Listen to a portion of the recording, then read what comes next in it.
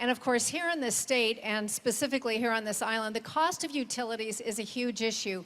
But the fact is that is controlled by the State Public Utilities Commission. So we're not clear that you at the federal level could have a direct impact on our cost until our state and the state PUC does something. But clearly the move toward renewables nationwide is something that you as our senator would be involved with. So I know you've already addressed this a little bit. Give us, just a minute, let me look at my time here. Give us 90 seconds on your plan for renewable energy. And if you do think it can affect the cost here in Hawaii, we're all ears. National or here? Well, your role is national, okay. But clearly we're interested in how it impacts us here. It's just that, and maybe you think you can affect the cost here.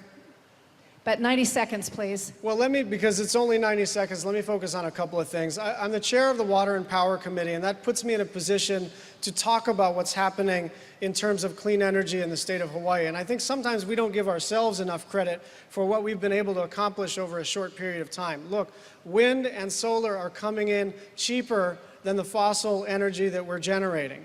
And so our clean energy revolution continues. People are participating in the solar revolution. They are finding savings themselves. And the other thing that is happening is that my colleagues across the country and across the aisle are impressed and want to see how they can replicate that across the nation. That's very exciting. And that means that not only are we doing good for ourselves, but we're setting an example for the rest of the country. The other area that maybe doesn't get enough attention is efficiency and conservation.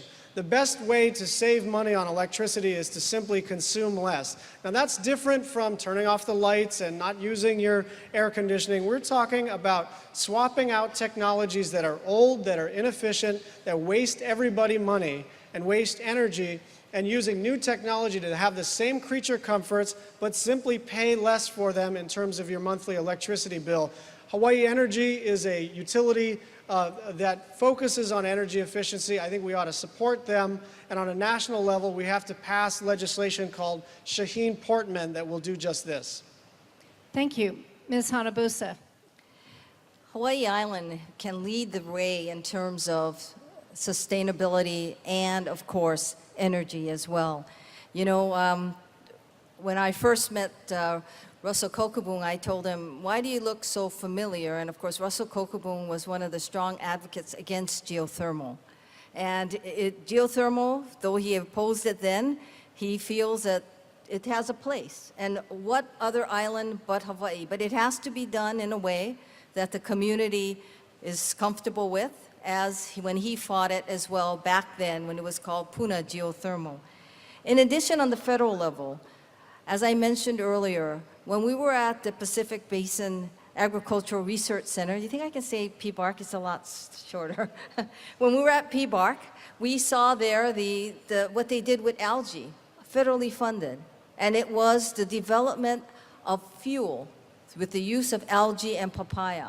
Those kinds of research will cut and create a situation where the cost of energy will not be as much.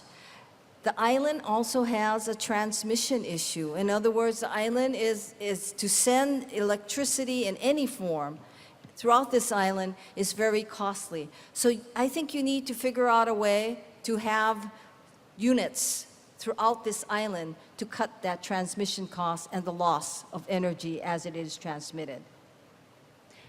30-second question. Realistically, do you feel that the federal government can play any role in actually getting Hawaii's utility rates to be lower? Ms. Hanabusa? You know, honestly, I don't think we'll be able to affect your utility rates because your utility rates are set by the Public Utility Commission. So they are the ones who are going to make that decision. However, commitment to renewable energy, commitment to the reduction in those costs is something that we can assist with. But the actual rate itself is something that the PUC sets. Mr. Schatz, 30 seconds. It's true that the PUC sets the rate, but one of the most important things that we need to do is pass something called a tax extenders package. And in that tax credit package are the subsidies for wind energy and solar energy. If those go away, then wind and solar energy, the math changes massively. We probably would still be able to do solar energy, but I think on the wind side, it would make a lot of projects not pencil out. So we've really got to pass this tax extenders package, which includes clean energy subsidies.